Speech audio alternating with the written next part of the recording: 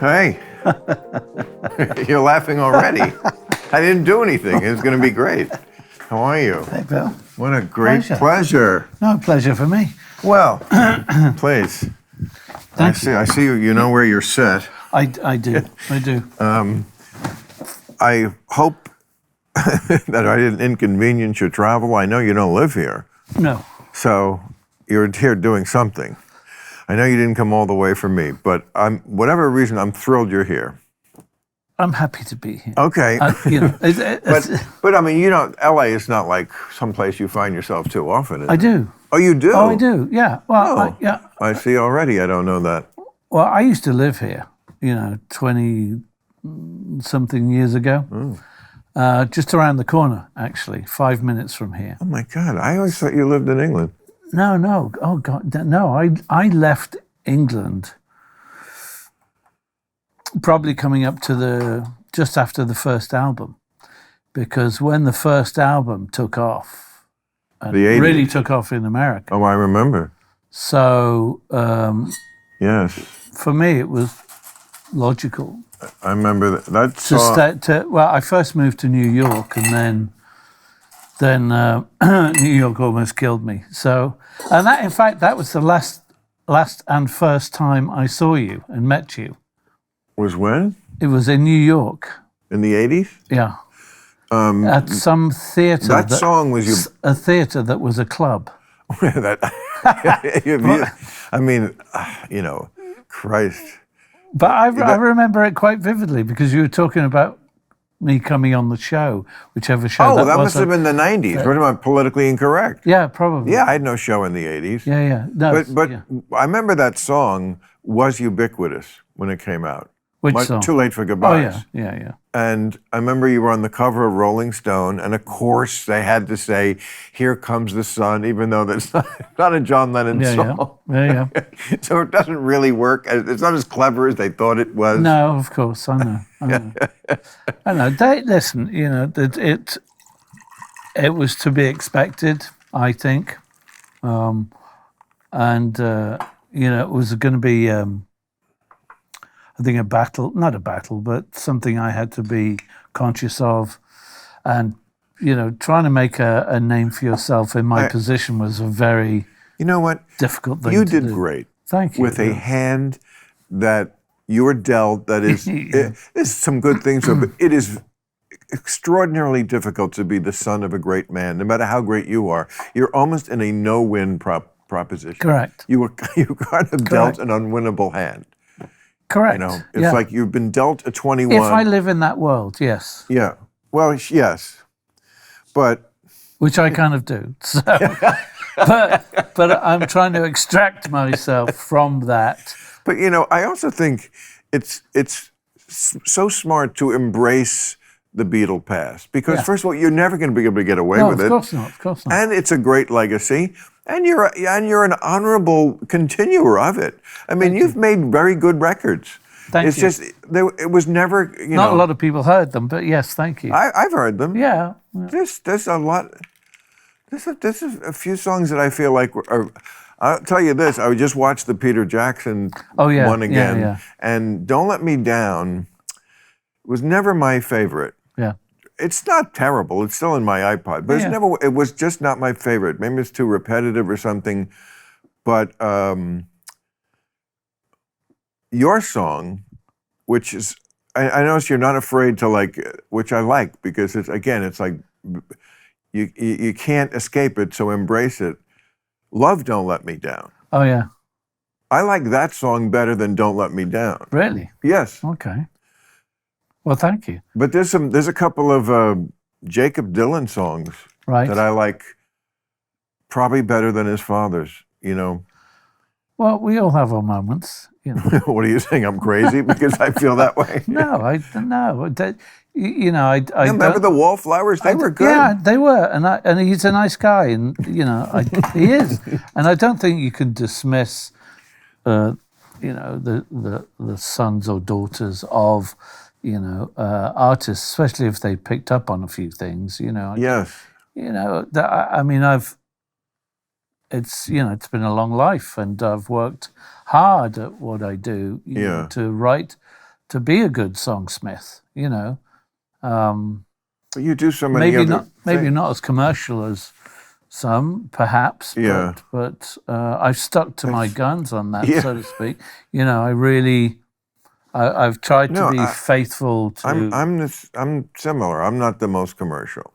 Yeah. You know, really, and that's okay. It's better to have a great niche than I'd rather be real. Big bunch of shit. Yeah, no, I agree. That's not, now look, I'm not saying that people who have giant followings can't also be good, because they certainly can, Correct. Like the Beatles. Sure. No, of course. It's funny, I watched that documentary just a couple of nights ago. Which one? The one about George in living in a material world. Yeah, I did too. And it was quite shocking to see that whole episode at the end, towards the end of his life. And really, I don't think I grasped it. Yeah, I didn't either. Fully before. And remind me, it saddened me that I didn't reach out more, you know, because... So this is the time between when he was stabbed and when he... Yeah. So he really... I mean, we were close, but not close, you know. Of course, yeah. Well, he's more knocking on the door. Like an uncle. Yes. Right. Kind of. No, I mean, when you watch this Peter Jackson documentary, you watched it.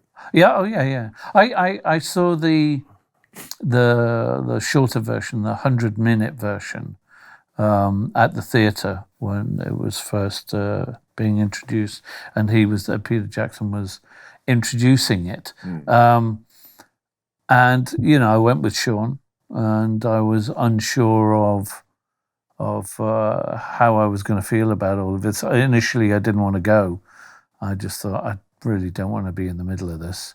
But Sean said he was going. I said, all right. Well, brotherly love, we'll go. We'll stand united, and we'll deal with whatever comes up. But again, to my point, you're always put in a corner, because if you don't go, that looks bad. So you kind of have to... Don't worry about that stuff anymore. Yeah, but you kind of have to... You look like a spoil sport if you don't. Well, you know, I'm trying not to worry about that stuff anymore. Anyway, so you went.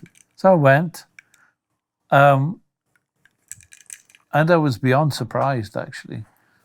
I loved the fact that in the 100-minute version, Peter Jackson was there coming in about every 20 or 40 minutes or so. I don't know if you saw that version. No, I didn't. So he's sitting in a nice chair like this with Beatles artifacts. That's not a nice chair. It's comfortable. It's very comfortable. And he's got, you know, guitars and Beatles artifacts around him. And he's explaining certain setups and situations. And as each time you came back to him, which was every half an hour or so, 20 minutes, half an hour, you know, he'd have a different guitar in a different position, and the hair was slightly, you know, bonkers like that. So he actually took the edge off of the whole, any stress that was there, and allowed Sean and I and everybody else to relax in that circumstance. Let me tell you, as someone who is outside the circle, so you can get some information you can't possibly glean being so close to it, just as a fan. A young man in the 22nd row who sees Marilyn as something more than sexual. Yeah. She's not just our Marilyn Monroe to me. Yes. Okay, that guy in the 22nd row. This documentary was very affirming, because how anyone could watch it for 9 hours? I mean, you see I did that after the fact. Okay, but I'm talking about the 9-hour one. Yeah. No, that is the entire month of January. It's January 1969. Yeah. Now, I don't know what happened before. I don't know what happened after, but I feel like I know where your father was in that month, because there's a lot of footage. Yeah. And it was, first of all, he and Paul McCartney are in love. Yoko, is she there all the time? Yes. He never even looks at her. He never talks to her. It's just like a potted plant. Yeah. He's in love with Paul McCartney. They're, of course, because, first of all, they're working. Yeah. So, but the whole thing is them, and your father, certainly not on drugs. Yeah. You know, and happy. Oh yeah, yeah. Happy to be there and working with his boys and his band. Well, the thing was, it reminded me of him. You know, when I saw him as a kid, and how it was a fond recollection, because it was him being himself and being mad and bonkers and smart and funny and creative, and it just reminded me of the good things about him, because I'd lost a lot of that over the years, one way or the other. You know? Yeah, I mean, and it is, you could look, just like a love affair, and I'm not saying there's a gay element here. They're just two guys who love each other. I get it. But you know, when people love each other, certainly men and women, it's a lot of like inside jokes. Of course, yeah. Right, and just looks. Paul and John are doing this to each other throughout the whole thing. Yeah, yeah. They don't do it to the other two. No. And they certainly certainly have their own. They certainly don't do it to their girlfriends.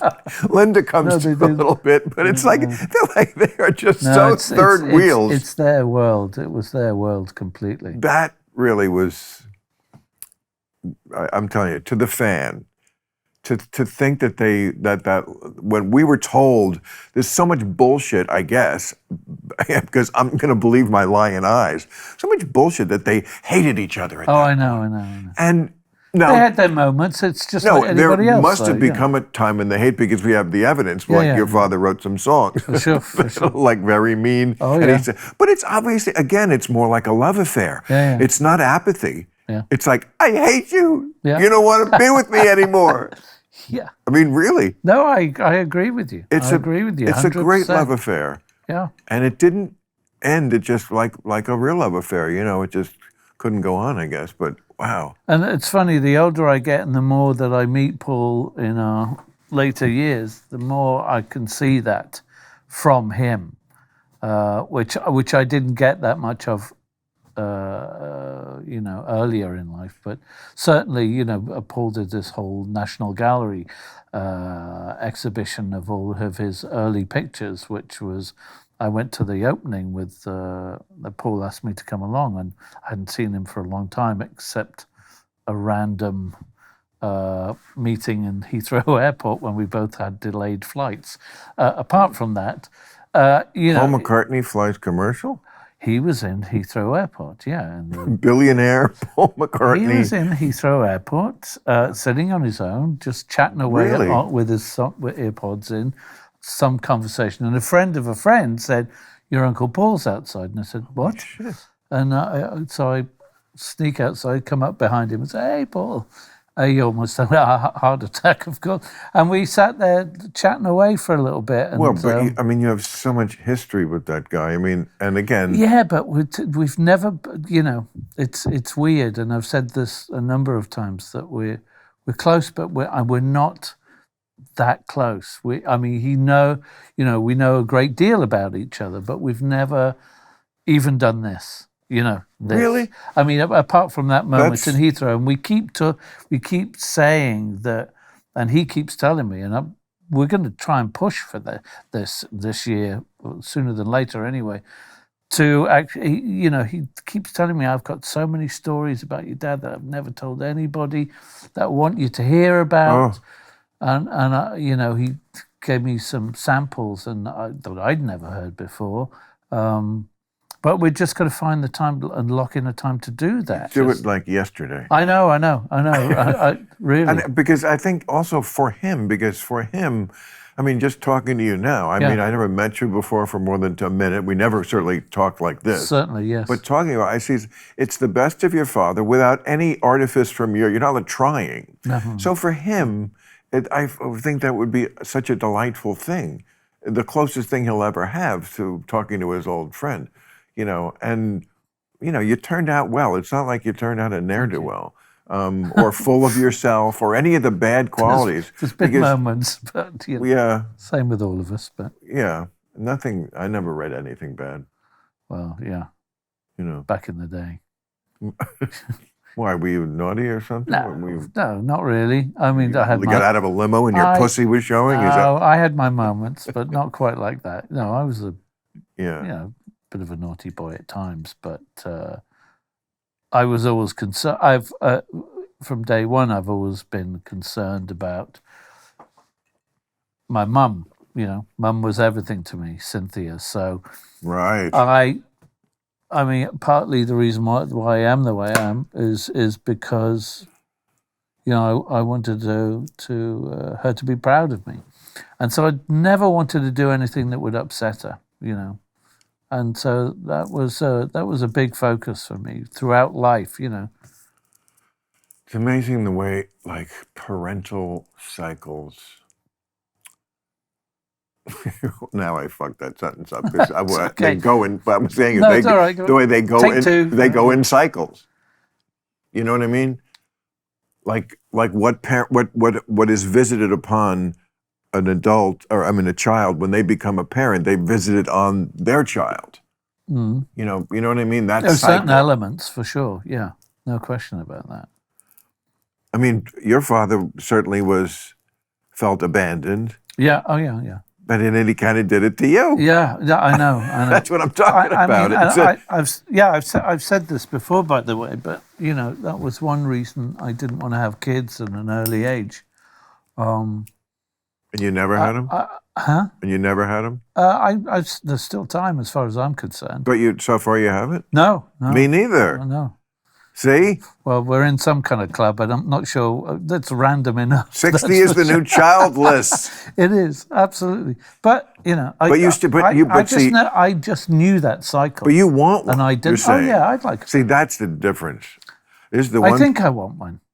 I know I don't. Right. Like, this is the one thing in my life that has been so consistent. Like, when I was a child, I didn't like children. Yeah. And it just is a complete flat line through my whole life. It never changed. Well, the only other choice is that if Sean beats me to the punch or pip or whatever you call it, then at least I can, He doesn't have a kid either. No, but I think he's not a kid himself anymore. No, not at all. Which shocks me every time I speak to him. Right. What is he, 45? It's up there, yeah. Yeah.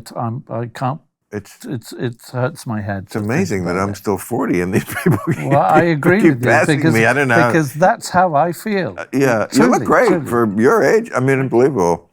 You don't have to be decrepit. People think. I hate that. I do too. It really ticks me off. What do you think about the people who say Biden is too old to run? So does the look say it all? I was just going to do a take? What are you, John from, what was the guy in The Office? Listen, if he can perform, then maybe it's okay. But I tend to stay out of politics.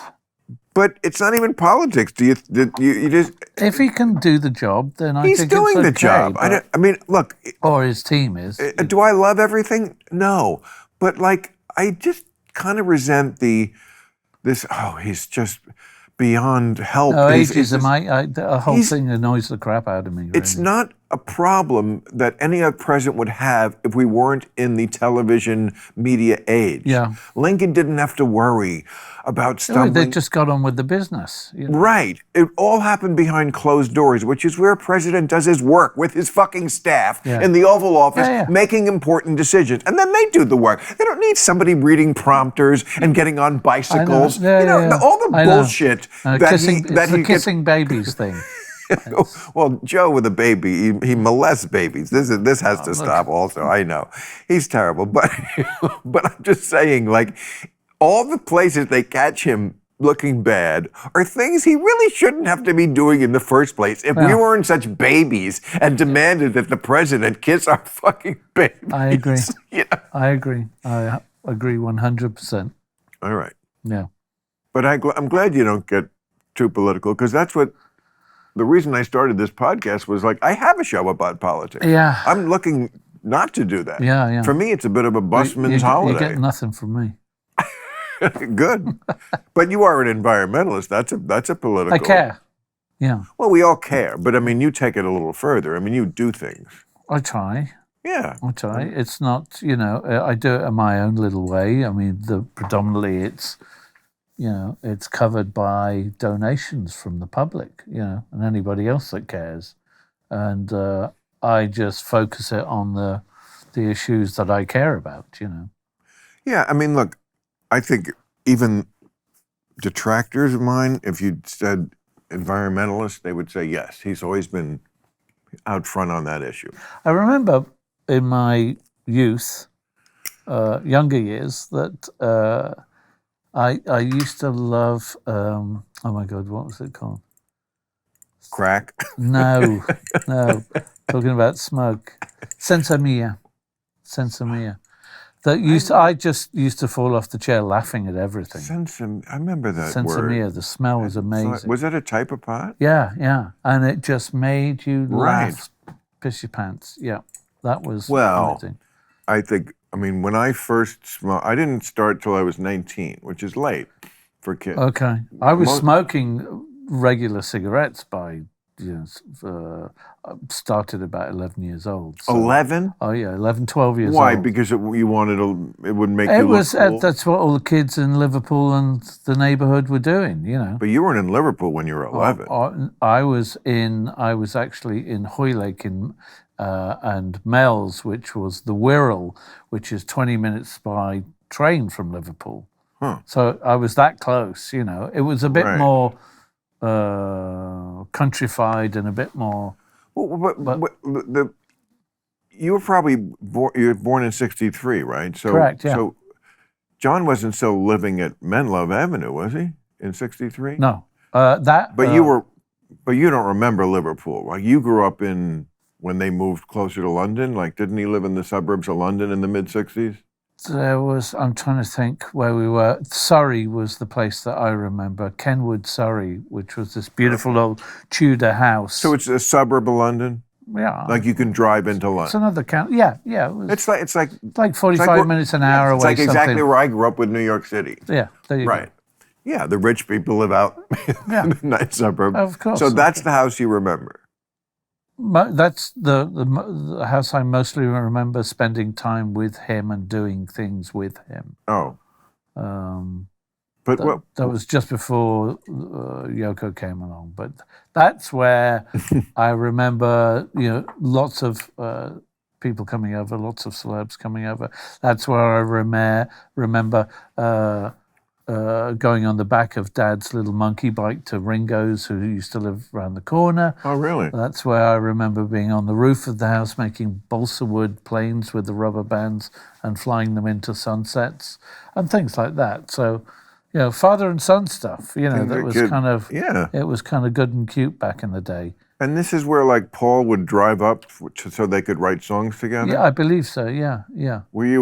Did you ever catch any of that going on in the house? No, that was, Dad had his little studio in the attic, so I never kind of went up there. That was out of bounds for me. Although I was locked in one of those rooms when there was a party once. That's another story.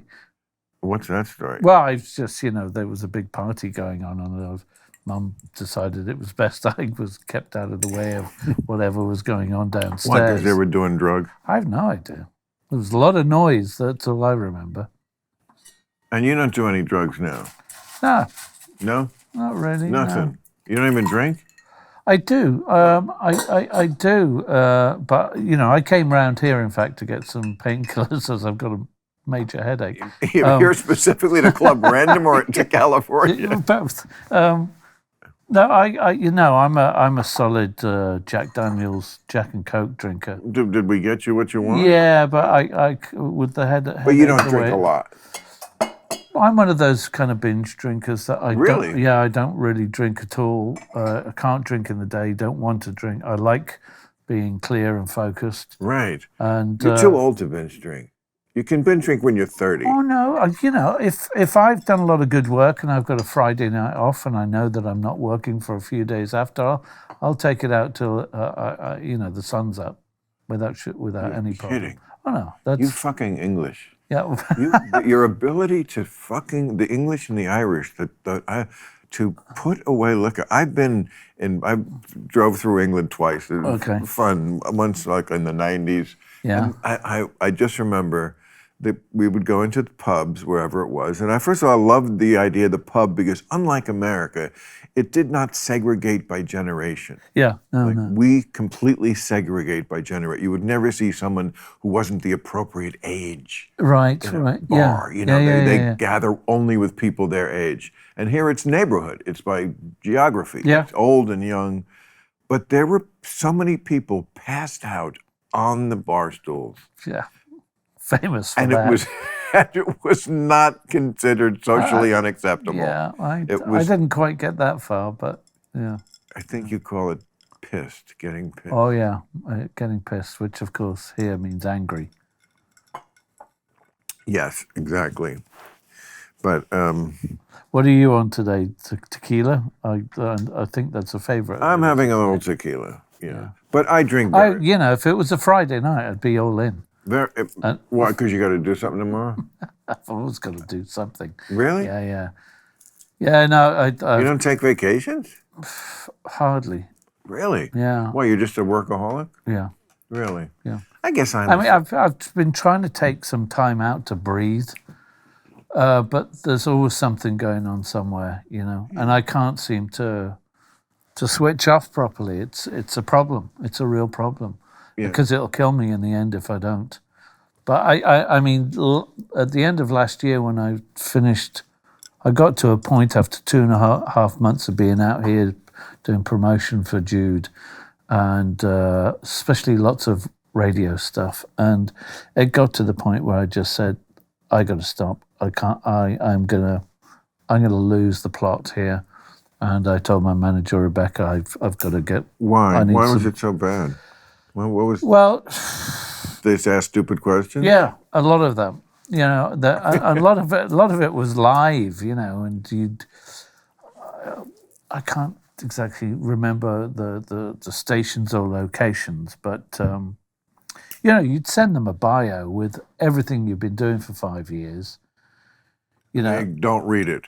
They don't even. Yeah, I know what you're talking about. Of course, I do radio interviews. Of course. And it's like they'll read something off. It's like a book I put out in 1993. Like they didn't even look what year. So you've got this book. I know. Does anybody have a problem with that? Yeah, it came out in 93. Read the whole. My favorite was that really just I just lost the plot. Well, I didn't actually. I kept stum, but I think you're aware that I changed my name by deed poll.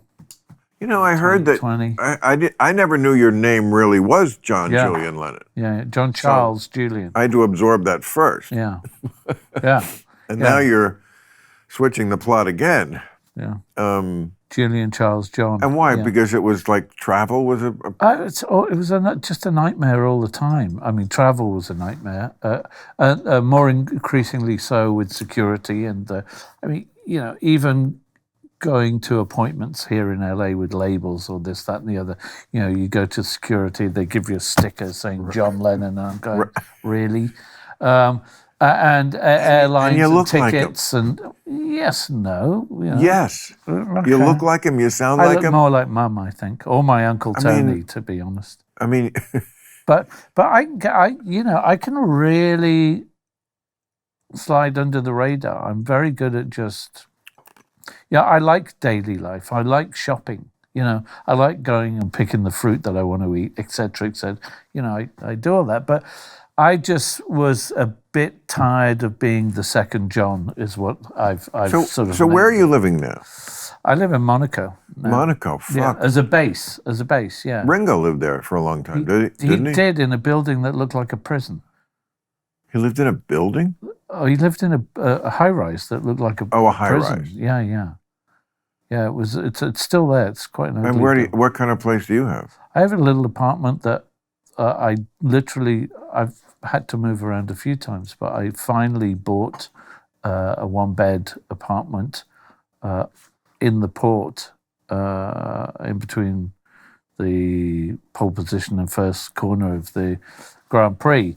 I'm not a big Grand Prix guy, but it's fun sometimes to be there. But other than that, what is the attraction in Monaco? Tax? Saving your money. Why? There's no taxes there. Is that why people? Yeah, of course. But it must be gorgeous also, right? There's elements. I mean, isn't it right on the water? And yeah, it's definitely right on the water. But I'm getting this from movies. I mean, the main old center, the town center with the classic casino and the Hotel de Paris and the Café de Paris, those kind of things, and being right on the water.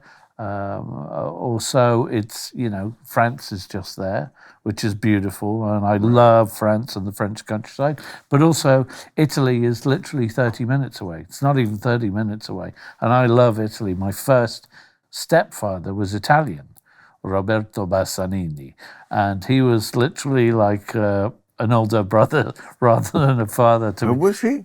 Huh? Who was he to you? He was my stepfather, my first stepfather. I see. So Cynthia married... Yes, Mum remarried Roberto and in the 70s, and it was... and he was straight up Italian? Oh, full on. Full on... How did she meet him?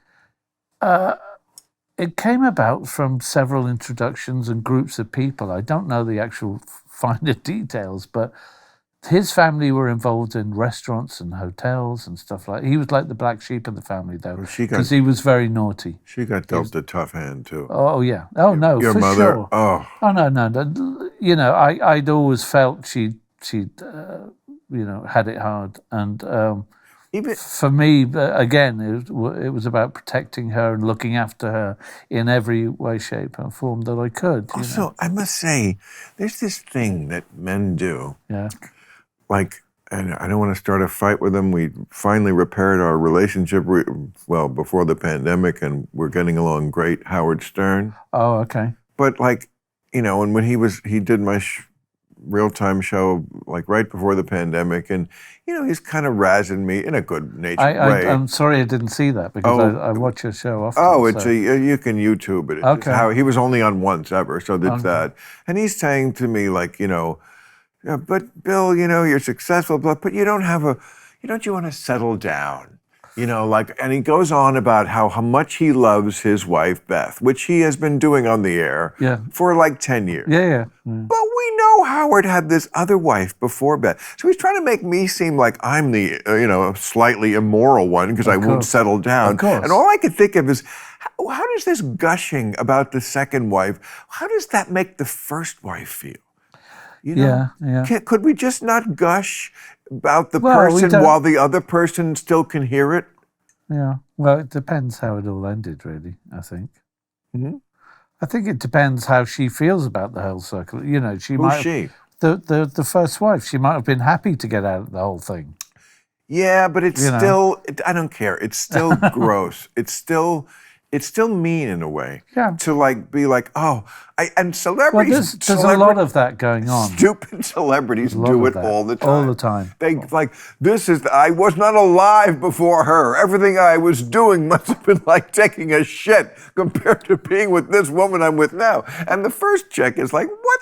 But I just think, especially in Hollywood, of course, this is such an incestuous town in that in the relationship field. Yes. It's it's the jumping beds every other friggin' week. It's their undying love every 6 months to a year, going, I found true love, and then the next minute, they're shacking up with someone else. I feel like a lot of what celebrity pairings are about is this human thing that we all have to not be with someone who you feel like is not your peer, as far as attractiveness and, good catch. And so it doesn't shock me when two celebrities of similar seismic force meet together and be like, yes, it is correct that I, Batman, I'm with you,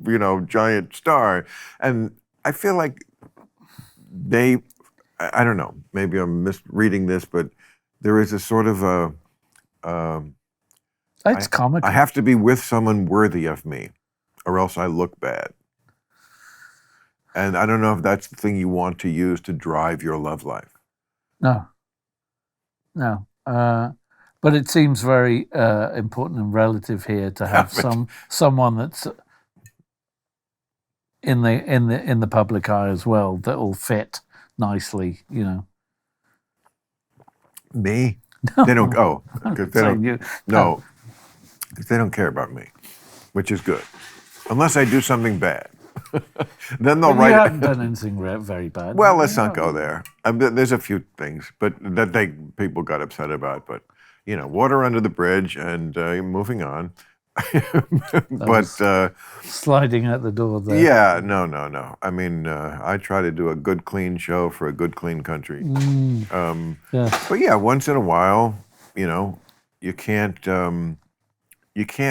count yourself honest unless sometimes you go over the line, because you know, if you're saying I'm really, I mean, every show like pretends they're edgy, they're not. Mine is. Yes. And that's why people hate it also. I get that. Yeah. By the way, the first guy to get canceled was your father when he said, geez, we're more popular. That really was, I was thinking about that. Yeah. That is like almost the first time where that happened. We're like, okay, that was a like, you know, attempt to do what they do all the time now. We're going to burn their records. It was organized. You know what I mean? It's like they're coming to They're waiting for something to happen, or you to say something. Like, it's like, oh, it's just perfect. We got him on Jesus, and you know, you can't do worse than that in the Bible Belt in America. Oh, no. So if you're booked to play Kansas City after you just said your band was better than Jesus, it's not going to be a good look. Yeah, and just the hounding of the, you know, like, trying to get the apology, and then that's not enough of an apology. We want the Soviet apology. You know what the Soviet apology is, Julian? That's when you start with, thank you for making me aware of what a despicable piece of shit I am and what I did. Yes, indeed. And your father wouldn't do it. I mean, he said a kind of a, you know, that's great. He did say sorry a few times, but they wouldn't accept that. It was not good enough. You know. No, he didn't really say sorry, which is good. He said, I think he said something like, I never said that Jesus was greater than us or better than us. I just said what I said, and it was wrong, or it was taken wrong, and now it's all this. Yeah. That's not really I'm sorry, unless I agree. I agree with you on that point. And it was said with disdain. Yeah. Which is why we loved him. Yeah. Us people in the 22nd row. Yes, I know. Because it was, you know, that kind of cheekiness. I also remember that great moment he had when they were making Apple. You were 5 years old. They came to America after the India trip. Yeah. And so they were doing a press conference. He obviously didn't want to be there. And like, what is your new company doing? You know, we're just going to make stuff so that if someone wants to make a film or a record, they don't have to go on their knees begging in somebody's office, probably yours. I thought, nobody talks to the press like that. You know, to be able to have the balls to get away with fuck you and you'll still like me. Yeah, I know. That was. He certainly had his way. Yeah. No, I'm telling you, it's the right thing to do, to embrace your heritage, because who else can do it? Well, I guess you're your half brother. Right? Yeah.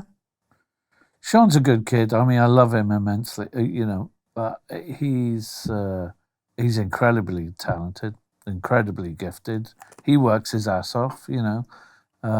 As a musician, you're saying? As a musician, he's an intellectual without question. Right. But you know, he doesn't stop. I mean, he's in like three or five bands.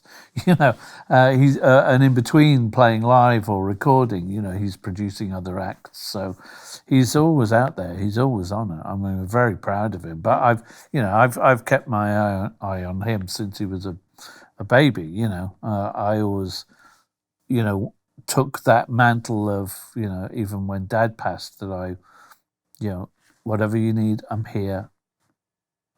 You know, I've got your back, and I've. But what did he need?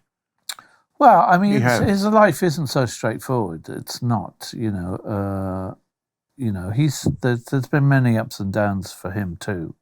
It's not my place to go into detail about those things, but you know, he's had his moments, but he seems like an incredibly well-adjusted man, and I mean, and I'm proud of him. You know, yeah, he always seems like a cool guy. We try to, you know, FaceTime or Zoom every couple of weeks, and we're just like this and chatting away about. And what about working with shit? Do you ever think about working? Yeah, we've talked about it. We have a plan at some point that when we both have the time to do it. But yeah, there's something we want to do together. We want to play around with an idea, and I think it's a nice idea. So you have to wait and see. I'm not winding you up, but it's just it'll have its time and place. You know.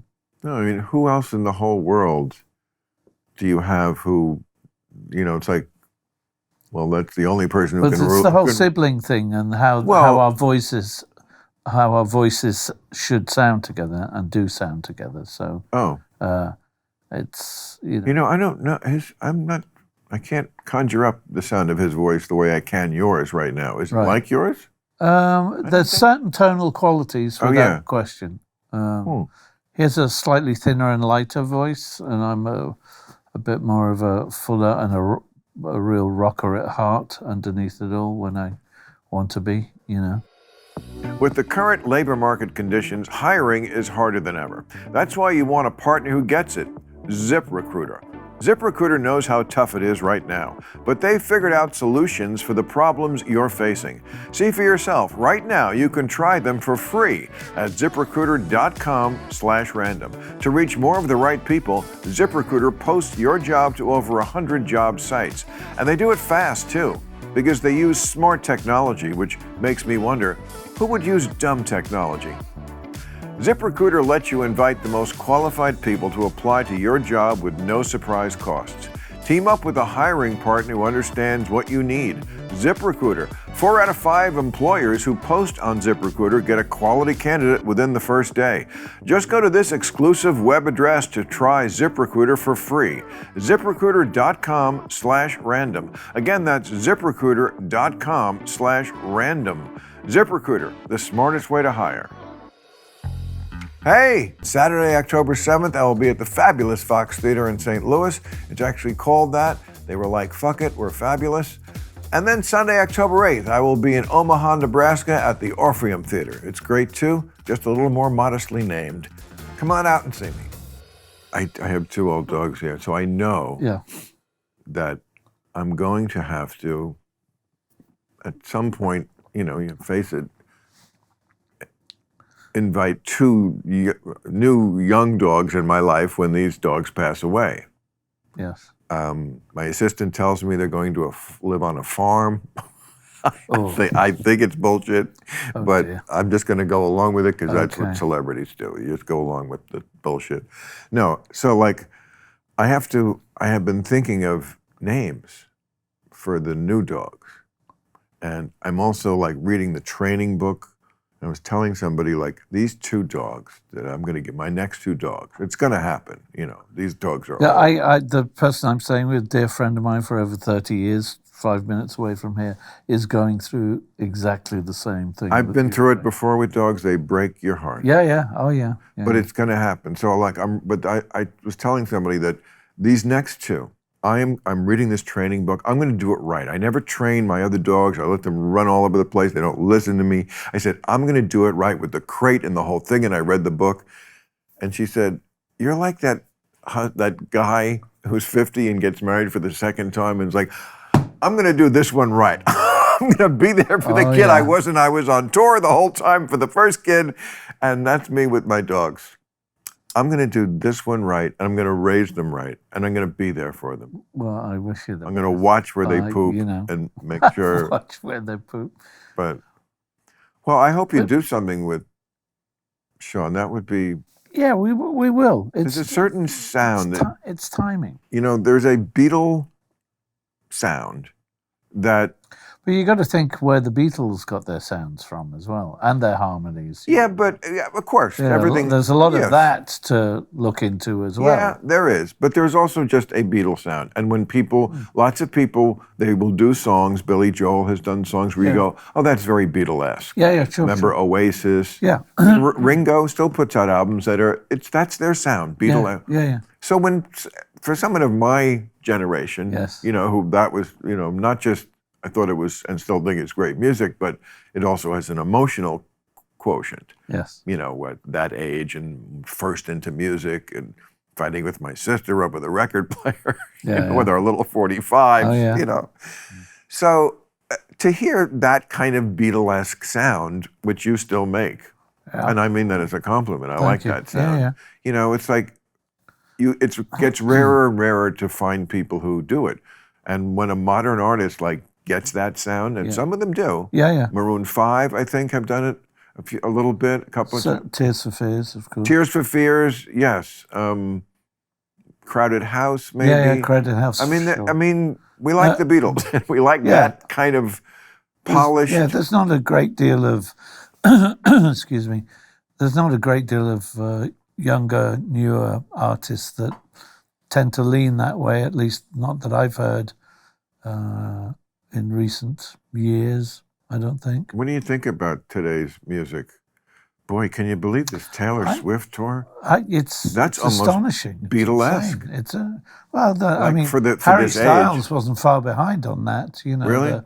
The size of the tour, the energy, the amount. Yeah, but there wasn't this kind of it's the reason why I say Beatlesque is because the insanity. Also that it transcends just music and it's sort of a cultural moment. That's what the Beatles own. Yeah. Very right. true. I mean, it's sometimes things go beyond just their genre. For sure. And I guess I have to listen to more Taylor Swift. I don't know it well enough to pass judgment. No, the stuff I've just heard on the radio, it makes me go, really? What is this about? It's young pop. Every day I turn on the TV and they've got pictures of all these celebrities at her concerts. And, I saw. I mean, all of that. It's just I was the first on at the European Video Awards, Video Music Awards, and I was giving her the first award. And I'd met her before very briefly. Who?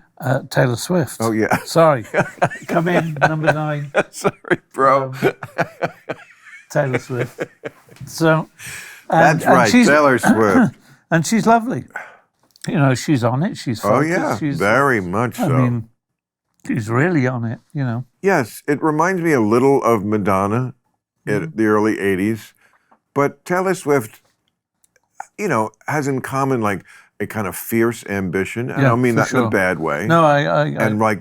No, I'm going to take care of my business first. I'm not going to be out partying and getting out of I'm going to do my business. And she's smart, Madonna's smart. But Madonna, I felt, has an icy quality to her that Taylor, I think, there's you could see a bond with the fans with. She does not have that ice queen thing, which is, I think, good. Yes. Yeah. Madonna, I got to give her credit because it's you're just such a great record. Made so many great records. Yeah, for sure. And had lots of cultural impact too. So, I got to give it up to that. In spite of your personality, we like you so much. She's an interesting character, that's for sure. Never looks like someone you want to just have a drink with. No, I had an interesting run-in with her. A run-in? Well, not run-in, but it was back in the days with Sean Penn, and he was.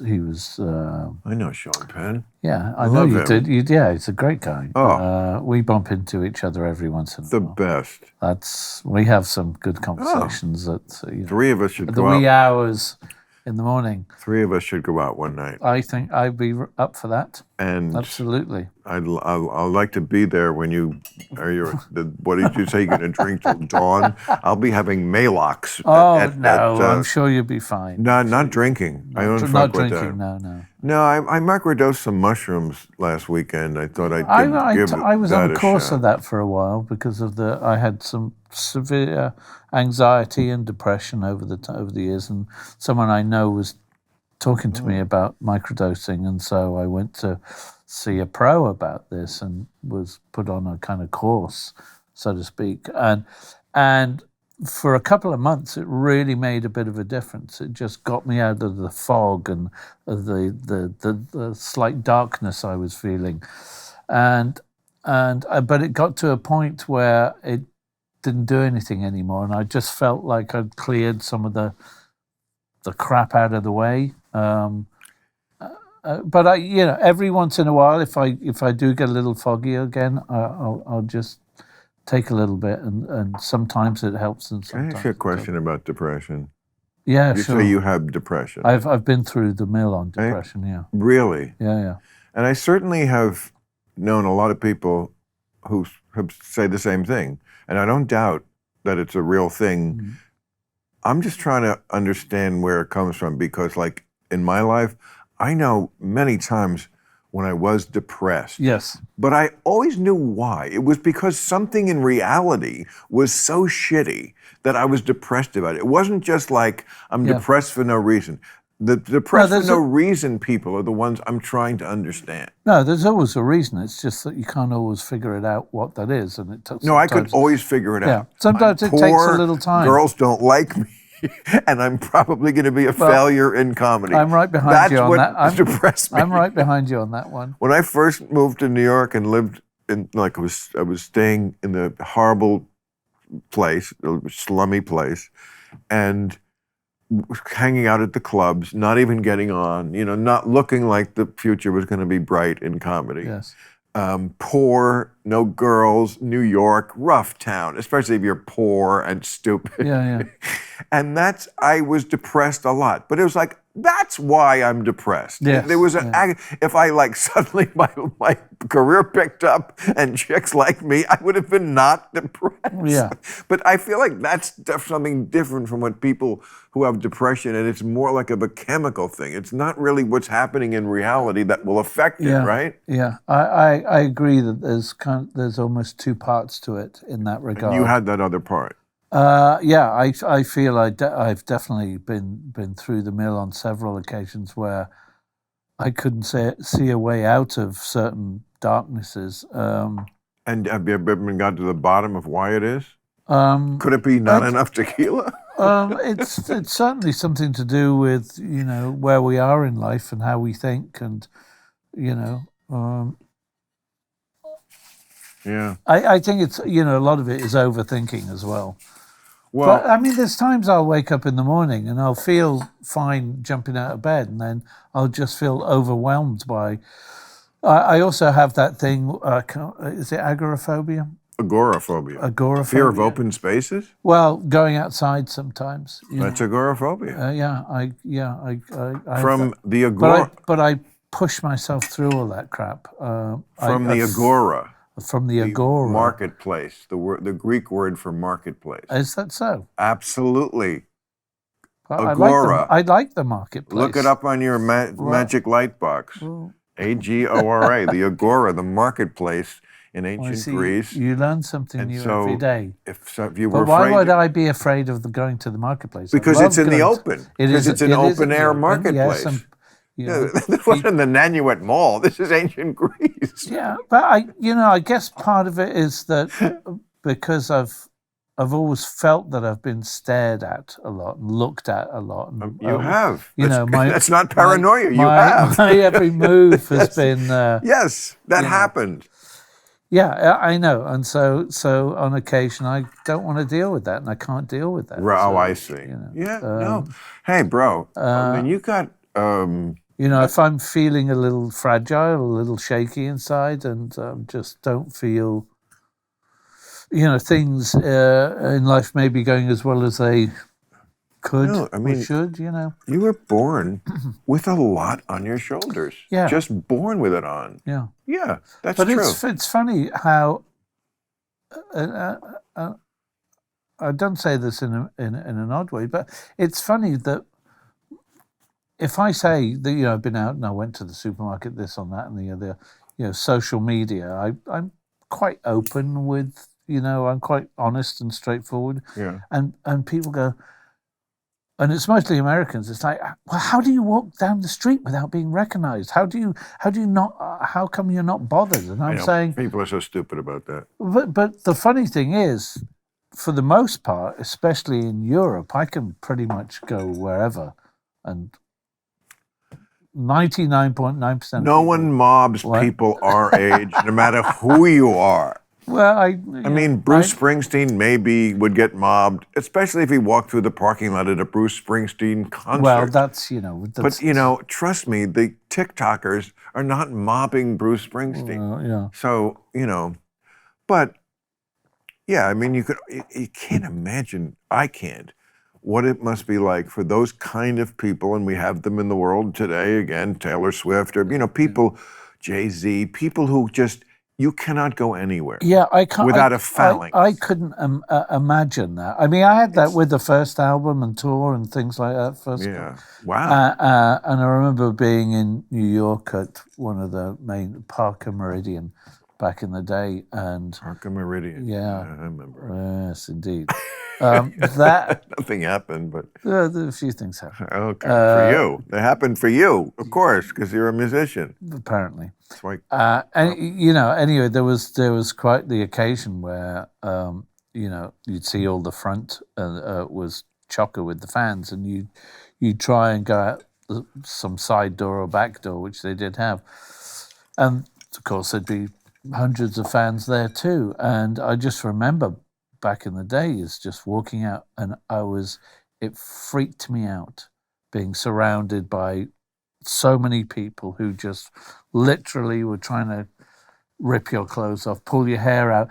And, I've always been polite. So I said, I would sign autographs, but my legs and hands were shaking so much I had to kneel on the ground just to get through this. And then, after I did everyone's, I'd kind of walk off and they'd kind of let me be. But that happened a few times, and I didn't like it. I really, really didn't like it. And so, I fell out of love with that kind of concept of fame, so to speak. I must be frank with you and tell you that I cannot relate to this. Okay. The whole, we need to use a side door part of show business I have skipped. And that's fine. I'm not complaining about it. Okay. But I'm not going to lie. I think it might be fun to have experienced that for a long time. No, for a minute it was okay. And I have been robbed of that experience. Well, I'm sorry about but that. But it's never too late. No, it's never too late. That's what I think. But just that kind of excitement that usually only is with musicians. Yeah. There are Eddie Murphy certainly had that, got it. There are exceptions, but it's mostly this kind of like frenzied, almost atavistic, almost scary sometimes. Yeah, totally. Like energy. Totally. Because also the other thing was I also get jealous of bands because you have it's your team around you. It's your and as a solo artist, for me, I've never been comfortable with it. Never been comfortable with what? So with being a solo artist, because even when performing live on stage, they would always put you out the front of the stage and the rest of the band to be shadowed behind you. But you still have a band. But I would always want to take the microphone and pull it back into the band environment. Oh, really? So I can see my friend on the guitar, my friend on the bass. Oh, I never liked that, just being right out there in front. So, it was a lot of, especially TV shows, didn't quite understand that. I know. But they're the band. I want to be part of the band. I mean, that definitely is something that a comic misses. Being out front. No, that feeling, we are such lone wolves. Yeah. And we don't want someone opening for us because comedy is very delicate, I mean, you come to see me, you're going to see me for 90 minutes. Yeah. Not somebody else with a different point of view. Yeah. But that feeling that you can see, like in the Let It Be film or any film with a band, you just see this kind of communication that they do through their music, through their instruments, that comics kind of know when we sit around and riff with each other. It's kind of our version of jamming. But it's more primal in music. Yes. And again, I would love to know what that feels like. I bet you it's a little like heroin. So don't start. It's great having that connection with people around you and that support. And feeling the music. Because you just know that, they've got your back, and vice versa. So I think that's an important. At least that's always been important for me as a performing artist. I mean, I haven't done it for a long time now, and I'm thinking about it again. But it would take a lot of work for me to actually get back in that role of running around like a headless front chicken, man. or not. You know what they call it? The front man. Not exactly. The front man. I mean, I've always enjoyed performing live, but that was back in the day when I was, we were young, and we were, we'd go straight from the gig to the hotel bar and then out on the town. Really? I don't know if I could drink. Why did you go to the hotel bar first? What? Why did you go to the hotel bar first? Oh, it was a meeting point. Oh, I see. And then you'll bugger off out to all the late night places and strip joints and whatever. But back in the day. How dare you accuse me? You didn't accuse me. In our youth, yeah. Well, you know what? A friend of mine told me, don't let the old man in. I agree with you. And you know what? I refuse. I'm totally in denial. I still go out after the show. You do? Yeah. So fuck you. Good man. Okay. Yeah, don't let the old man in. Yeah, okay. You can be circumspect. Yeah, but I mean, you're not married, right? No. Yeah. So why not have fun or just be out? I mean, because it hurts the next day, and then you got up. It hurts if you drink to excess. Why do you have to drink to excess? The funny thing is, that's what I've been learning over the past 5 years, is what? Having a good time without anything. Not drinking, no. Oh, really? Yeah. Now that being happy with me in the open spaces without. Talk about burying the lead. Look, we've. Jesus. It's been important. It's been really important. And that's the last 5 years. That's recent. Well, it's past 7 since my mum passed. I wanted to find a way where I could just be content in some capacity, find some balance, blah, blah, blah, blah, blah. Well, you're a better man than I, Gungadin. I cannot imagine a life without marijuana. Right. Yeah. I've never understood that. I mean, one of my best friends, she just smokes from morning to noon. But see, I don't do that. Oh, she doesn't. I don't even smoke every day. Oh, you don't? No, I'm a situational smoker. Really? No. Right, and this is a situation. That's why I have people. Of course. That's why I have people over. But it is. Really? So then, how do you deal with the in-between days? I mean, I'm fine. It's better this way because I live two lives. Yes. Mostly sober, and then this is a treat. Right. And when I do this, I'm going to be doing something else that I really like. Right. Okay. I wouldn't go into detail about the other thing is, but it rhymes with Rex. Yeah. Right? Understood. So, and writing. Writing. Yes. Yes. I'm about to venture into the major writing. What do you mean? I've decided that I figured I should get my life on paper in some way. Oh, a memoir. Yeah. Oh, yeah, I'd read that. Yeah, but I don't want to do it the normal way. I have quite an interesting concept where it would be a book that would interest me. That's kind of what I do with everything artistically. I try and do things that would interest me. Yeah. So I've got a unique perspective on the book, and I'm about to jump in the deep end as of probably next week to start. It's the right time for that.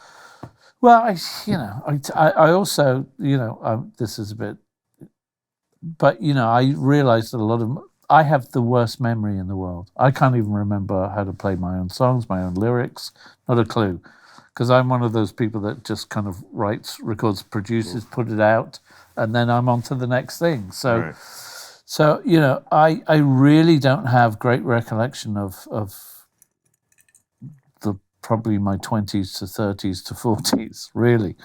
And, unfortunately, a lot of my good and dear friends are, moving on in age, and some have passed already. And a lot of them remember my life more than I do.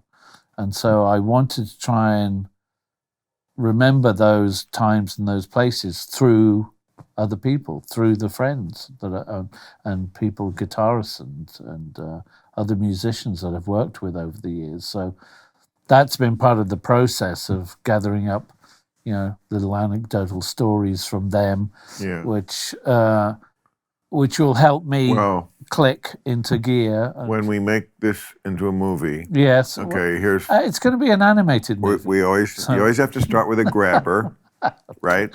And then you put a thing on the screen 2 years earlier, or something like that. I'm not going to follow a timeline. That's for sure. But in the movie version, the grabber, the first thing we see is Paul McCartney driving up to your house writing "Hey Jude." Is it? That's the grabber, right? Well, that's your grabber, but I know for the audience. Yeah. No, I get it. You want this movie to sell? Because that's what people know. This is true. Start with what they know. Hook them in on that, and it's a great story. It is. It's not a bad. I mean, it tears your heart out that he was the only Beatle. Why am I talking like Trump? He was the only Beatle. Yeah, I know. God help us. Everyone else was disgusting. Yeah. And I can't do that. I can't do that voice. But driving up and writing "Hey Jules" to cheer you up because of the kid who's going through a divorce. Yeah. I mean, you cannot come up with a better scenario to hook the Lifetime. I see this on Lifetime. Okay. Network. Thanks for that. I'm kidding.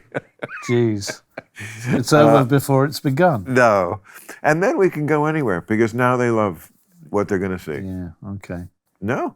Yeah, I agree. It's a great story. It's a sentimental point. And the song is great. Yeah, well. And I have a love-hate with it, I have to say. Really? Well, what do you hate about it? Okay, listen, I've probably heard that song and heard renditions of that song more than most people alive. And even my dear friends send me, babies in nappies playing guitars singing "Hey Jude," which I really don't need. Oh, I see.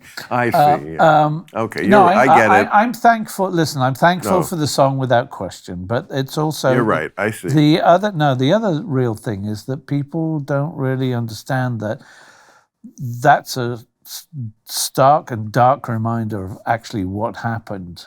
The fact that Dad walked away, left Mum and I. That was a point of complete change and complete disruption and complete darkness and sadness. I mean, I was only 3, but I recognized something was up, But for Mum, again, she was, it was heartbreaking. So it's a reminder of that time and that place. It's, So I get both sides of it, but a lot of people don't necessarily understand. There's a dark, the yin and the yang of that song. For you, yes. For sure. Now I totally understand. I try to explain. I feel stupid not seeing that before you had to explain it to me, but I get it now. Yeah.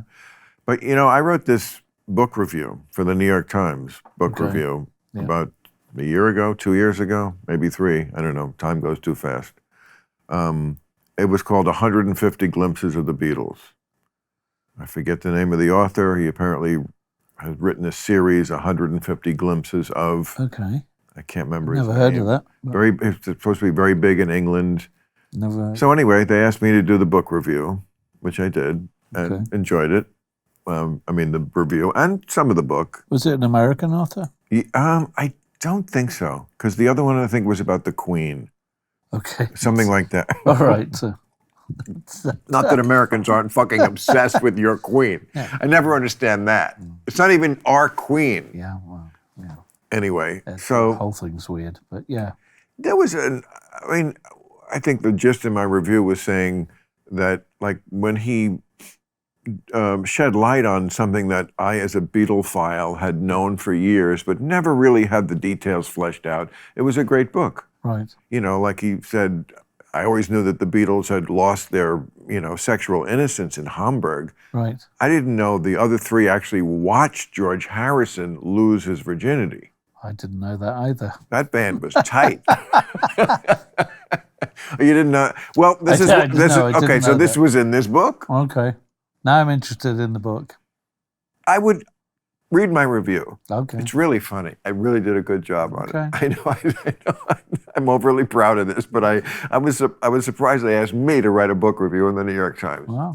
So anyway, he also said that Yoko used to jump in the car, and I never knew this, inundated John with letters when he was in Rishikesh. Is that the place where they went in? I don't know the correct pronunciation. I think it's Rishikesh, something like that. Anyway, were they India?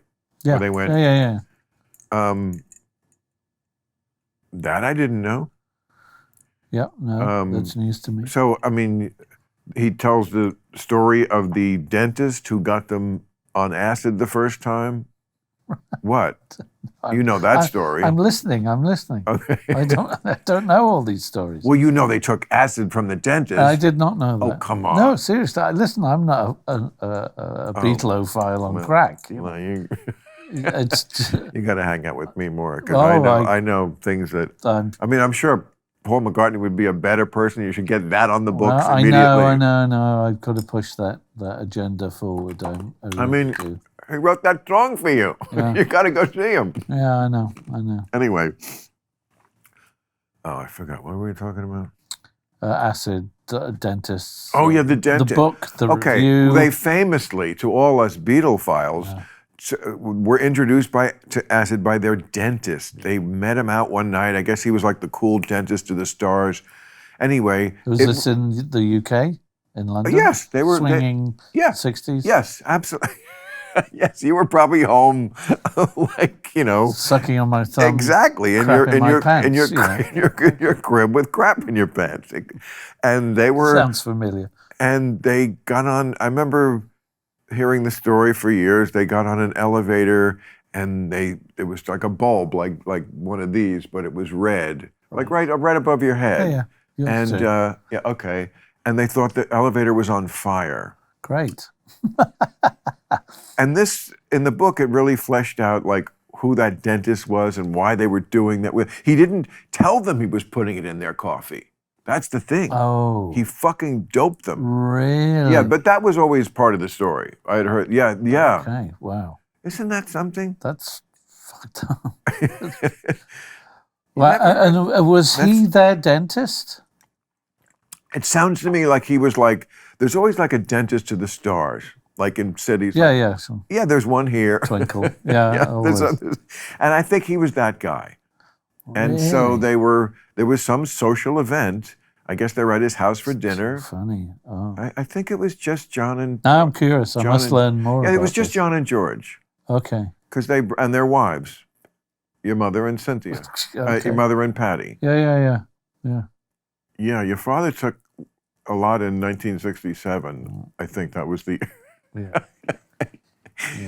Did you know? Yeah, there's a lot I need to catch up on. That's all I can say. But you were too young. You could 4. You can't tell if someone's on acid. No. I mean, the house looked like it was insane anyway. Really. Really? Well, relatively speaking, the kind of furniture and decoration of some of the places we were at. You mean psychedelic, like 60s kind of cool? Yeah, I guess so. Yeah. Did you see the Rolls Royce, the painted? Yeah, of course. There's a picture of me and Dad standing in front of it. Oh yes, I think I've seen that picture. Yeah, so you knew that car? Yeah. And you rode in it? Presumably, yeah. I remember Dad also had a white Mercedes, an extended Mercedes with the first vertical record player in the car, and so you sat at the back of the car, and probably the back of the driver's chair was that far away, but in the middle, in the front, was an upright record player that you put LPs in like a toaster. On going over a bumpy road? Yes. Oh, yeah. But it could not have worked. It did work. It did? Oh, yeah, it worked. Yeah. I was fascinated by it. So he had a record player in the... record player, yeah. What a baller. I mean, imagine no possessions. I never saw one ever again, you know. You know, Elvis Costello took a shot at him in the song The Other Side of Summer. No. Do you know that song? No, I do not. It's great. It's a great Elvis Costello song. Another lovely man. He said, wasn't it a millionaire who said, imagine no possessions? Yes. A poor little schoolboy who said, we don't need no lesson. Yeah, very nice. He's Elvis Costello. He's a major motherfucker, right? Oh, yeah. And a lovely man, too. Yes, I'm sure he is. I've only bumped into him once or twice, but never enough. He and Paul did a record together. Yeah, I know. There was that time where... Flowers in the Dirt, and it's a great record. I've never actually listened to it. And your father, I mean, Paul said he wanted to work with Elvis Costello because he was the closest thing. Yeah. Liverpool, and the same sardonic sense of humor, and he got it. I'm always surprised they didn't want to. I guess once was enough. Once was enough. I was going to say. Well, by that time, Paul, that was 1989, so you're on your own 20 years. Yeah. If you're Paul McCartney, it's kind of hard to go back to being, with a partner. Yes. You like being. You like being the boss. Yeah. And he deserved it. He's written for sure. a zillion great songs. Yeah. Got to call him. Like you're nagging. I know. Bumpkin I know. now. I should do it before the end of the year. I really should. I mean, think of all the creativity that's going to unleash from that. Who knows what'll come out of that? Yeah, but that's the joy of it. Yeah, right. Yeah, I am certainly curious. But you know what? This does not compare. But I sometimes say to myself when something comes up about my parents, I wish I had asked them that. Yeah, and I can't do it now. I know. And once it goes, they're gone. Oh, yeah, listen, I've learned that more so with the passing of my mother, and I'm just, now going, God, I've got no one to talk to about this. That's the freakiest feeling, is just kind of realizing you're alone in that world, and You mean the kind of things you would talk about with your mother, but yeah, you always think she's going to be there, so you don't ask certain questions, so you don't think about them at that point in time. Right. It's only later when you're rediscovering your life and your family and hers, and even watching, as I said, the George's documentary, Living in a Material World. There was things in there, and I'm going, God, I wonder what's happened to so and so, or who. There's nobody I can ask, especially relating to her and Dad, especially. Yeah, I mean, it's so funny. I say this all the time in this show, but people in show business are funny because they only seem to really like to do things with people when it's work. Right. Like, we could have done this all these years, but it's just, and that's kind of even true of me with my mother, because I did a documentary called Religulous. Came out in 2008 about religion. And my mother is in the beginning of it. I mean, she died the next year. Right. We got her just in time. Once again, call Paul McCartney, because okay. Yes, thank you. So for whatever dumb reason, the church we used to go to let us film there. So my sister and my mother and we filmed there one day. I think it was January of 2007. And I asked her the questions that I just could have and should have asked her my whole life. Yeah. Like, why did we stop going to church? Yes, yeah. And when she said it was because my father didn't like the Pope's birth control thing, I was like, you two are fucking? This is the last issue. And I was 51 years old when I found that out. And I should have. It's my mother. Yeah, I know. And I should have asked that question. Yeah. But I do it on, it's show people. But again, you think they're going to be around, Well, at that point, I knew that we were. Yeah, but you don't automatically necessarily think of, certain questions that would relate to a particular, it's I've been triggered by the documentary to look back at my life and my history a lot more than I have before. You know. Yes. I mean, there's a lot that I'm not aware of. There's a lot that that Dad's life and our life was very, very different. But you know what? If you really want a kid, son, you better do it now. Really. Yeah. Because first of all, you know, young sperm is probably better than, I think, you know, you can still... Thanks. You really set me up for... No, I think you could still produce a nice cupful of decent, grade A, you know, Indeed. English sperm. Yep. I mean, the fact that you can, you know, drink till 7 a.m. tells me a lot about your constitution. Yeah.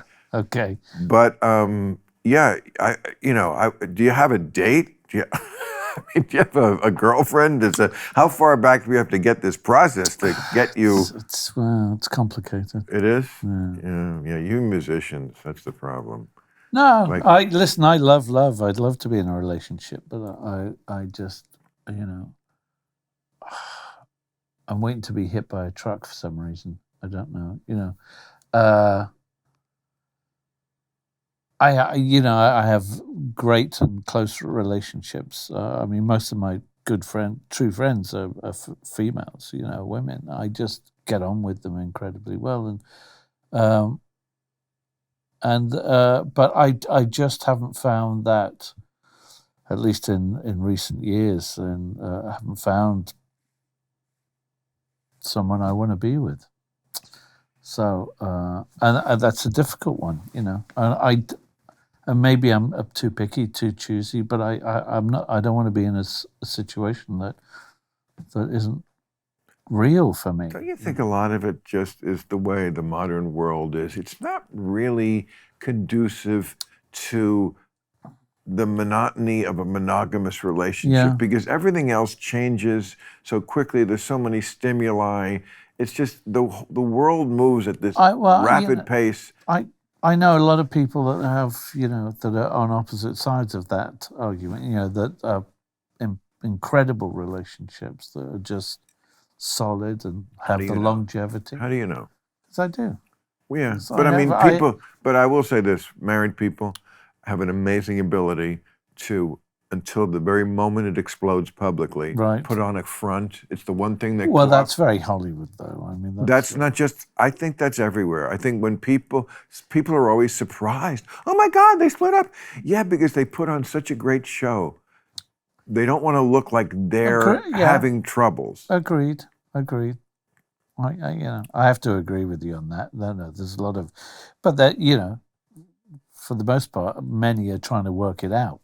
You know, trying to figure it out, but sometimes that's I think what's very saddening is having to walk away from love is a very, very difficult one. But there's actually a lot. I've done that and been there. A lot more people than ever, just, you know, that you could name celebrities, who have never gotten married. Yeah. And I mean, you, me, Oprah, the Pope. Came close a few times.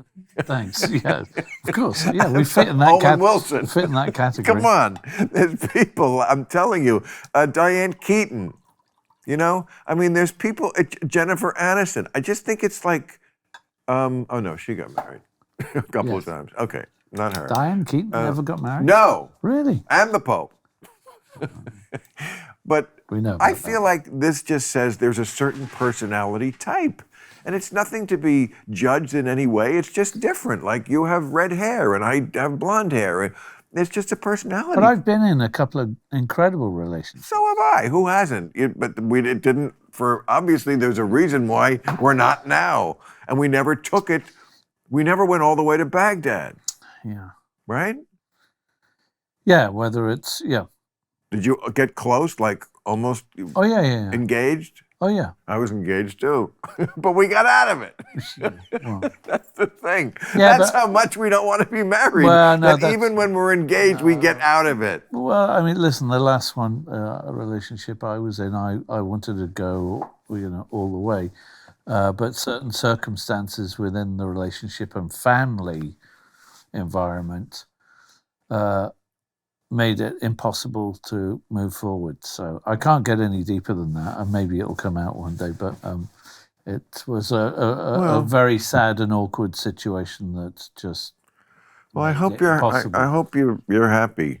You're such a sensitive guy. I'm okay. You know. Yeah, you seem for the most part, I'm pretty level these days, and I think a lot has to do with being motivated for work and trying to be excited about projects, and also but the idea that because I've taken on the mantle of doing so many kind of things that I love to do, again, with whether it's music, whether it's the photography, whether it's the White Feather Foundation, whether it's the documentary stuff like Kiss the Ground, and a number of things like that.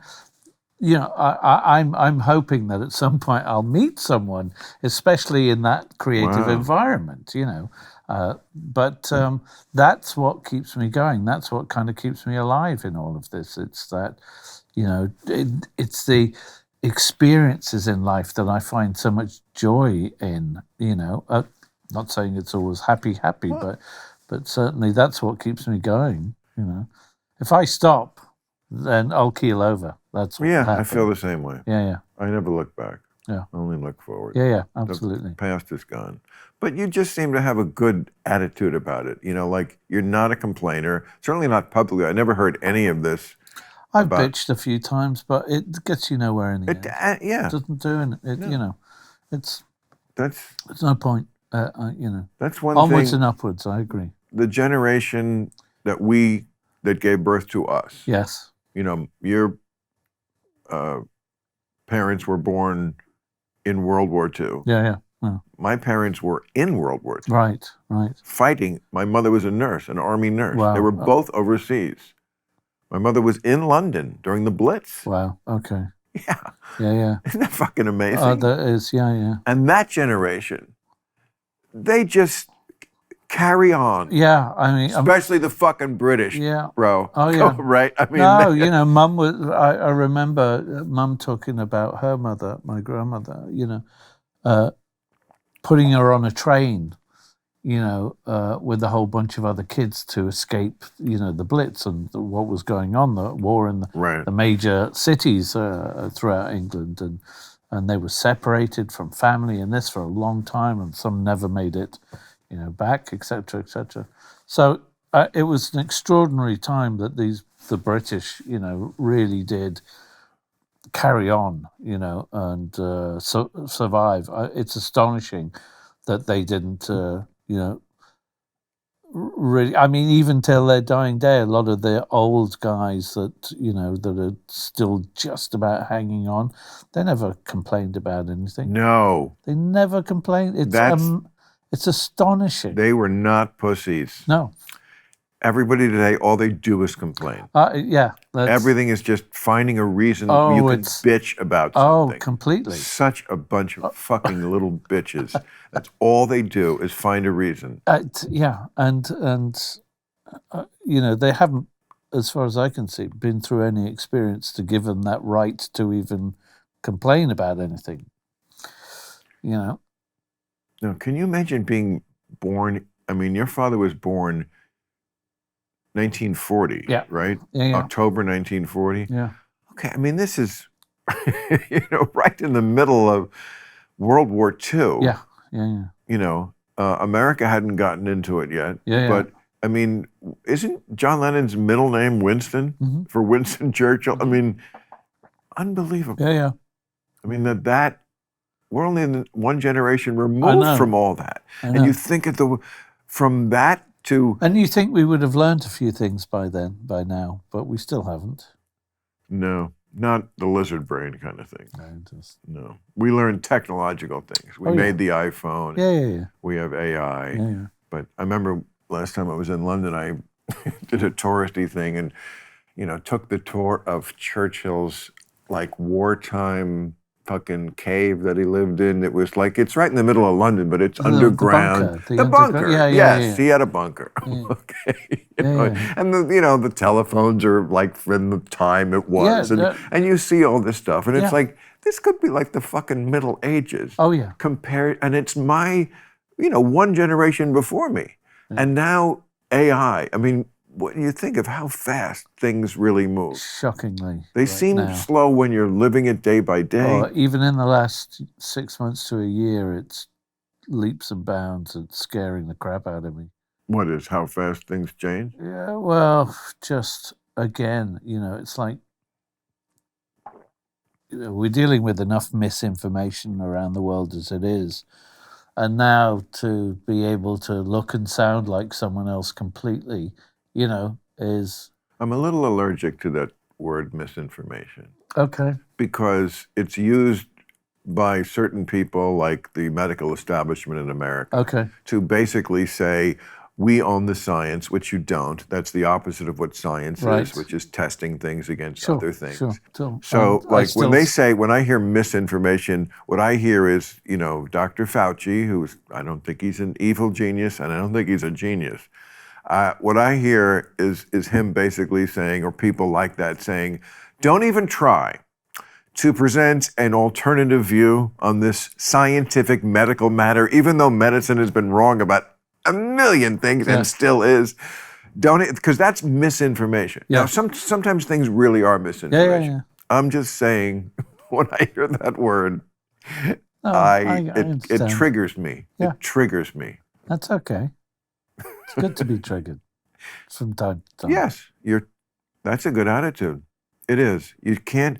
I say that to myself all the time. Like, do something to force yourself out of your security bubble, because it's very easy when you can't become complacent all the way down. You have to. What? You have to be nudged every once in a while, poked in the side. So what do you do to nudge yourself? I fly private. No. Right. Well, live. That's enough. Walk out the door.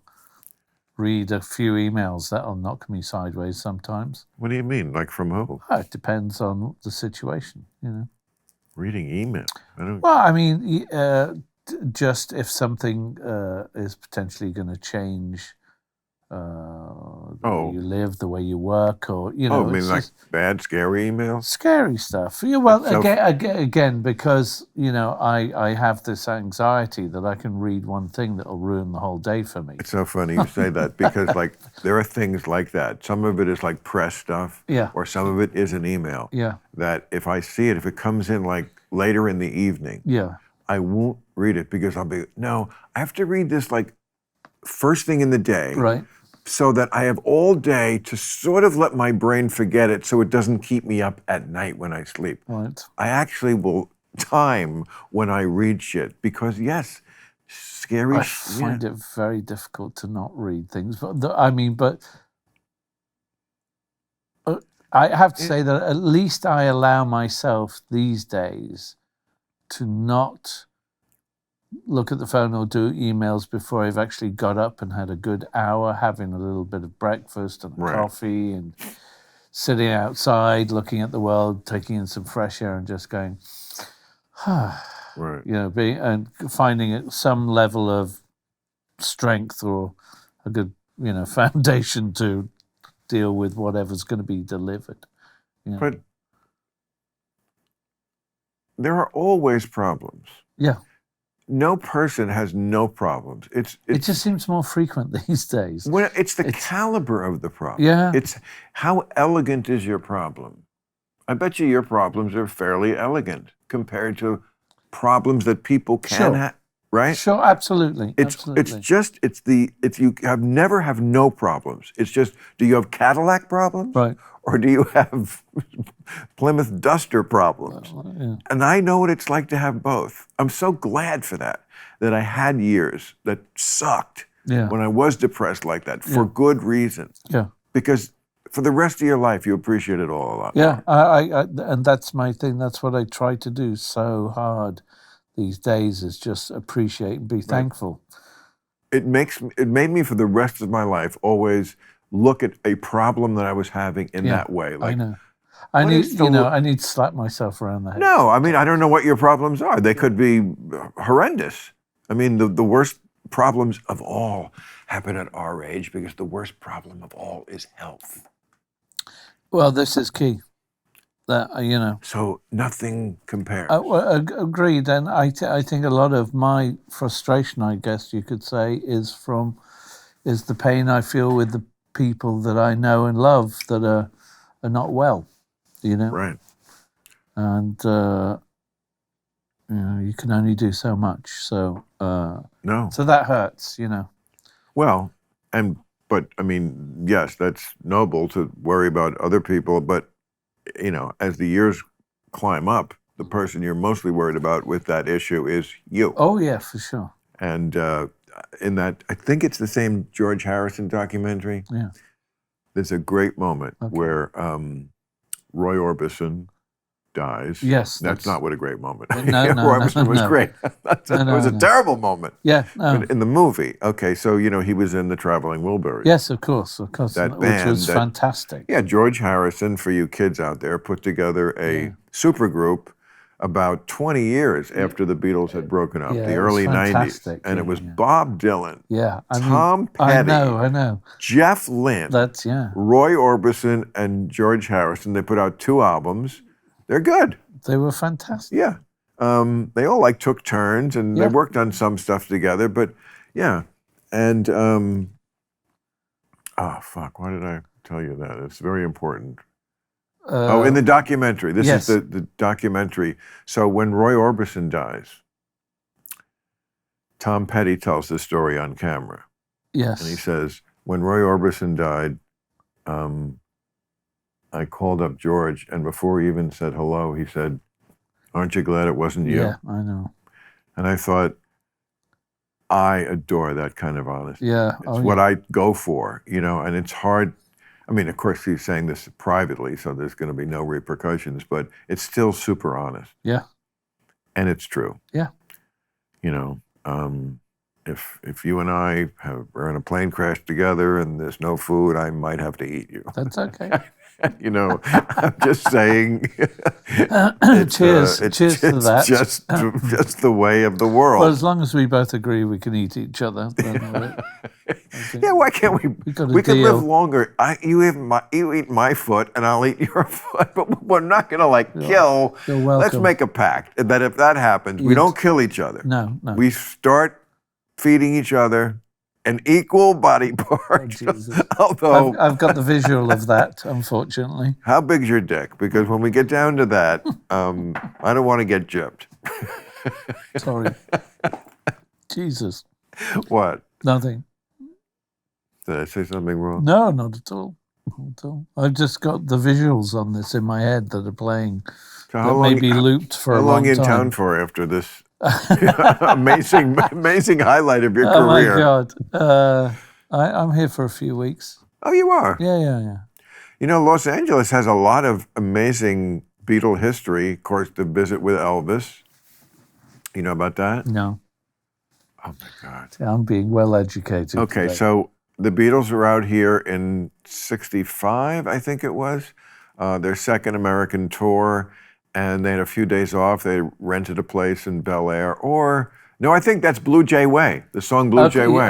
Yeah, I do. Elvis had a place in Bel Air, and he was in town, and they went and visited Elvis. That's right. The way George Harrison describes it in the documentary, so funny. Not that one, the anthology. He says, we got stoned before we went over there. And he said, then when we got to the house, it was just like a Beatles cartoon where we tumble out of the limousine and fall on the ground. Oh, that's fantastic.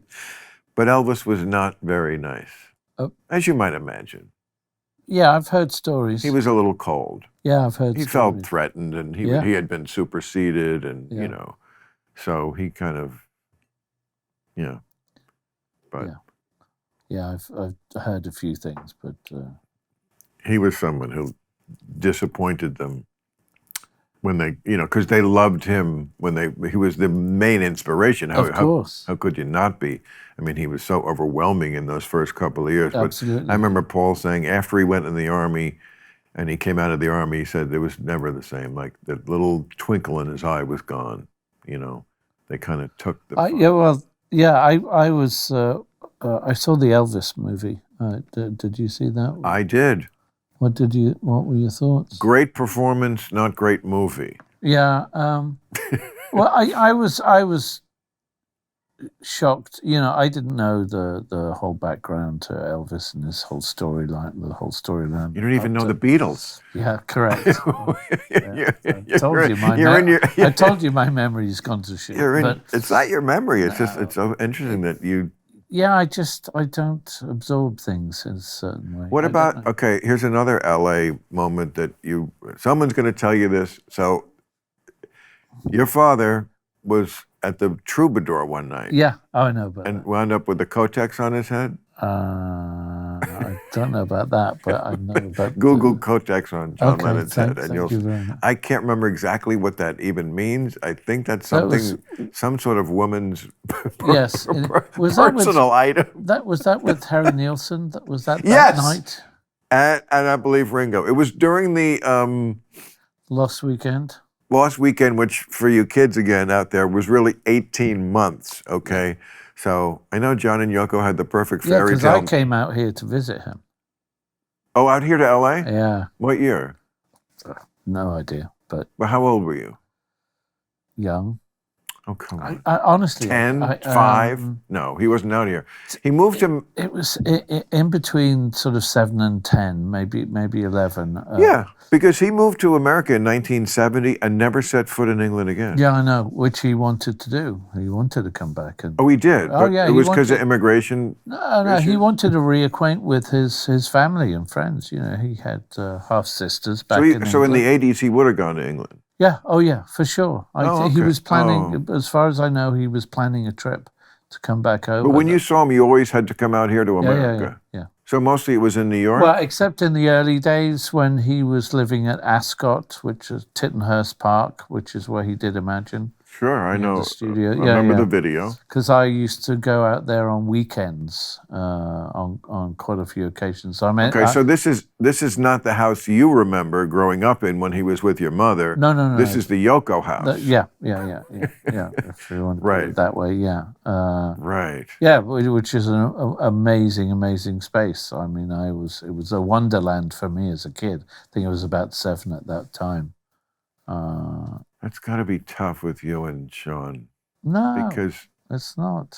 Well, yeah. Listen, when I was younger, you must have feelings about her that he doesn't, because it's his mother. Well, I used to. She plays such a different role in each of your lives. Yes, very much so. But that was a different time and a different place. But I certainly, when I first came to New York, going to visit him as a kid at the Dakota, and saw that he had a room dedicated to every toy known to mankind, and I was jealous. That was Elvis Costello's point. Oh yeah, no, I was I was upset. But that's got to be heaven for a kid.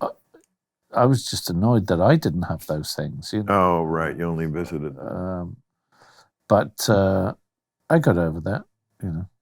I figured I didn't need that, and I wasn't going to get it anyway. So, yeah. Again, I've always felt like a quiet survivor, kind of like Mum in that regard. You got dealt a shit hand. Yeah, it's always. I mean, it's a weird one. It's been a weird one. I always acknowledge that I had a huge advantage in life. Parents. Right, yeah. And of course, in the time when I was born, 1956, also, yes, race. Yeah. There was advantages of, I'm sure there was comedy clubs that were like, no, we're going to hire the white comic sure. instead of the black one. In 1980, that absolutely, I'm sure. So I acknowledge that, but I also acknowledge parents. It's like, it's to have two stable, loving parents who with the right amount of discipline, and we weren't like I love you kind of family. People didn't do that back then. I was certainly very jealous of that. You should be, because it's great, and it allows you, and it allows. Well, the funny thing was, I sought after that. I mean, it wasn't a thing I initially went looking for, but it was certainly with my last ex. Her family were everything to me because I felt like I had the family that I never had, Right. So that and they were a close knit family, and And I love that. You know, Yeah. I would do anything to be part of that, Right. be cared for and loved, and because I've pretty much been a loner. Yeah, I think you're more normal than I am. I think I should have that desire too. But it was something that I don't feel that bad about it. but it's something I certainly missed over the years, and I thought, having that family element would certainly make me feel happier, I guess, at that time anyway. I'm thinking now of that song, awesome one. I mean, your father has a million awesome songs, but I mean, certainly he showed in his last record that he still had it. Oh, sure. Yeah. Because Starting Over is just a great record. That was the first. Phil Spector, Crazy Matty Is. That was the first song that Dad played me when we were starting to get closer, just before he was killed. Late 70s. He played, I remember hearing that. I was in my attic, which was my bedroom in North Wales, when I was about 15 or 16, I can't remember exactly. And he played Starting Over the phone to me. Wow. And I said I loved, I did love it. And then he starts sending me a bunch of copies of the actual album. And see, this is my thing. It's so tragic because that's exactly his story with his mother. I was just starting to get to know her again. No, it's exactly that. And then she's taken away from me. Yeah. I mean, that's spooky. Yeah. Again, something I didn't want to repeat if I could. What? Just that, how the sequence of things that happened in his life. Right. Because I believe, wasn't he 17 when his mother passed? Yeah, I'm saying it's eerily similar. Exactly. Especially the part about just getting to know again and music. I mean, it's all, I know. It's a real shit. It's very House of Atreus kind of Greek, those Greek cycles where it's always recurring and, But I was well aware of that. I was fully aware of that weird cycle. Right. I had to break it. I just couldn't. Whatever it took, I had to change that. And I believe I have. So, especially with the timeline. Whatever happened. I mean, your father has a lot of songs about like wanting to bust out of a prison, watching the wheels. Yeah. Or just like there's a bunch about sleeping. I'm only sleeping. I'm so tired. Like, and a lot of it is share that. We share those moments. He has a lot of songs that are about leave me the fuck alone. I just want to hang out and do nothing today. We have written very similar. Is that true? Songs, you inherited that? Yeah. That's interesting. Yeah. Yeah, I think some of the early Beatles stuff, obviously, I'm only sleeping, when I wake up early in the morning. Great. Yeah, all that stuff, I loved all of that stuff, the melodies, the rhythm, the visuals, I mean, he obviously was distracted way more in the 70s, first by the fact that he'd already conquered the world in the 60s, so there's less motivation. But then he's got a little kid and Yoko and but there was still like great song, Jealous Guy. Yeah, which The Weeknd, did you see, just redid? No, I didn't. He did it for his HBO show, The Idol. No, he redid Jealous Guy. Very good. No, I tried not to watch that show. I know, but the song. Okay, well, it's a great song. Yeah, no, it's a classic song. It's beyond a classic song. It's I think it's something everybody feels, certainly. But the melody. Yeah. When you know that it started out as a completely different song? Oh yeah. Called Nature. Yeah. Child of Nature. Yes. Yeah. It just shows artists they're morphing. Well, I think we're all this way. If you have a little nugget of something that's good, you square it away, you save it. Like and he had this. Oh yeah, no. Like the lyrics of this song are not working, but there's this. I love this melody. I'm going to just completely write something new, and they yeah. do. Well, I can relate to that because I think you're aware that with this last album, Jude, that half of the songs on it are from over 30 years ago, nuggets, so to speak, that had no place anywhere else. And I just thought, well, I don't want to lose them, but there's got to be somewhere. And this last album, which I thought I was never going to do, became the nugget. I'm the same way. I mean, it would be nice to think that it's all inspiration, but a lot of it's just saving. Well, and there's something to that. Yeah, I mean, comics do it with jokes. Yeah, I'm sure. I have like I have books of lyrics and one-liners and comments, and I have a manila envelope that is stuffed to the gill with like cocktail napkins. That when in the 80s, when I was when there was no phone to record. Of course. And when I was high and out, which was a lot, and a young comic, and everything is a bit, and so you just write down, and I saved them. I probably couldn't even tell what half of them mean now, but it's just funny that you think, I'm a squirrel, and the more nuts I save, and it's kind of true. It's true. It's very true. I have notebooks and notebooks, and for every. I just wonder if I'm ever going to get used to, to go through them all. I wonder if I'm ever going to make it through that stuff. I think you remember. I think you know where the good stuff is. I think you know where to find it if you. But it's also not dissimilar to photography, because something that you thought was, I know a lot of photographers throw away a lot of their images and a lot of their things because they just go, oh, it's not a good one, throw it, we're just going to. But I'm one of those that keeps everything, a bit of a hoarder in that regard.